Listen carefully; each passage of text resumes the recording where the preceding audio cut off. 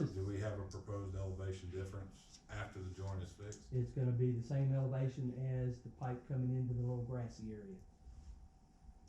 So there's straight shot.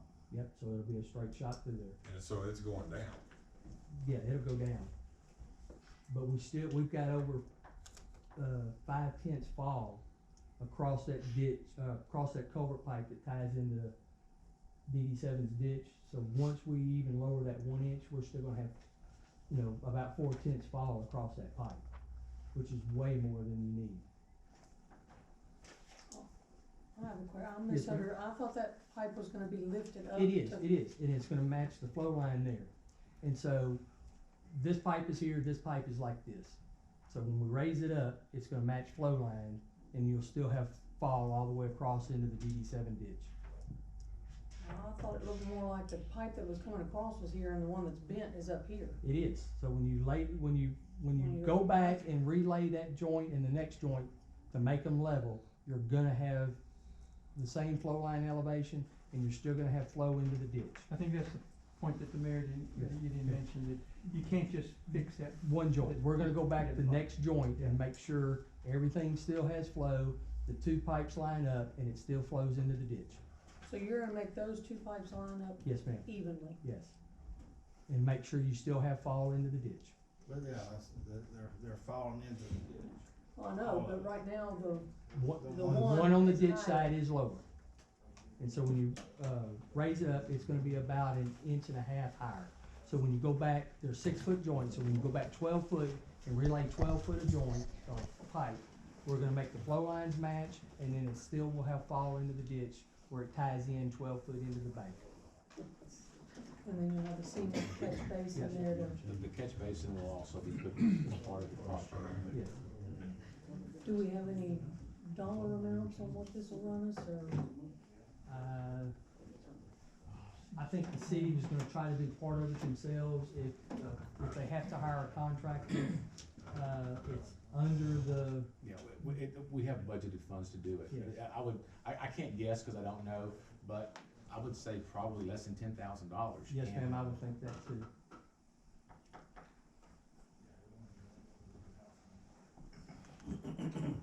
And that's something I think the city can do, like a small purchase, if they like to do that. Do we have a time frame on when we're doing this? If council approves it, then we can get started immediately. I'll get the ball rolling first thing in the morning.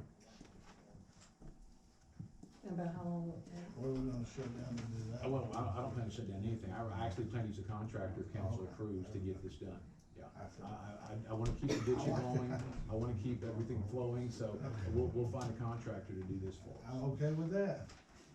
I've got a question, Mayor Pro Tem. Of course, this is an issue that's in contention, and, we can discuss it when the appropriate information's available. But there's substantial evidence out there that I have seen and other people have shown me that a lot of this extra water or water that has been unseen in the past is coming across Monroe, and I know you're having DD7 look into where that water's coming from. When can we expect a report on that? Because that's in a way separate but part of this issue. We should have it by the next meeting. We should have it in the next 2 weeks. Would it be frugal to say that we should have all the information before we decide on this? Or would fixing this not affect the issue that we're also adding to it? It's my understanding that the only time that we will see that water make its way to West Jefferson is when we have a Harvey type rain. And put in the catch basin, and please correct me if I'm wrong, guys, cause I'm just a dull city manager, I'm not an engineer. That the catch basin is gonna actually accomplish the same thing that, that the residents want accomplished. They want faster and quicker flow. And I As agree that with catch you. basin fills up, that water is gonna go I faster. agree with you, that is probably a pretty good answer for that. But I've seen But- two separate situations, one video and one photograph, where the 10-inch rain was going over Monroe. Right, well, And- I did talk to the engineer who designed the, and it is a retention pond, not a detention pond. Right. So the difference is, It is designed with a small orifice to let the Oh, water I'm out. familiar. Okay, but it will always be, because it'll keep draining until the water's gone. A Right. detention pond will have water remaining in it. Cor- So I found that out last week.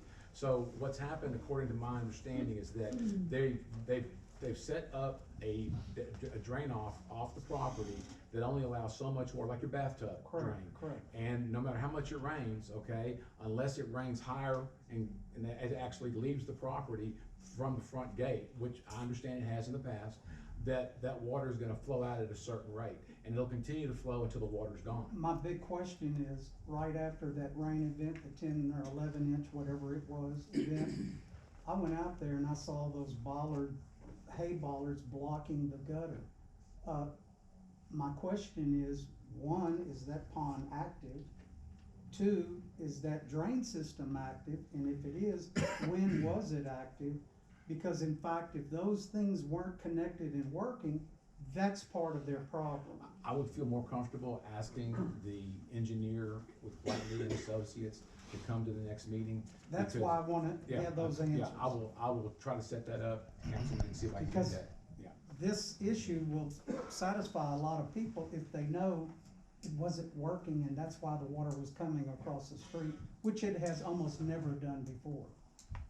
And if in fact their system isn't appropriate or not working or wasn't finished, that is part of the answer to the question. I'm just wanting answers to that, that's all. My comment on that is, they have quite a few houses in there now. The pond, the retention pond needs to be working at some capacity to get the water to it. If their drains on the streets aren't going to the retention pond, then there shouldn't be houses being built, because that was one of the requirements, was the retention pond, to get the water off that property once they started pouring concrete. And we got a lot of concrete out there already.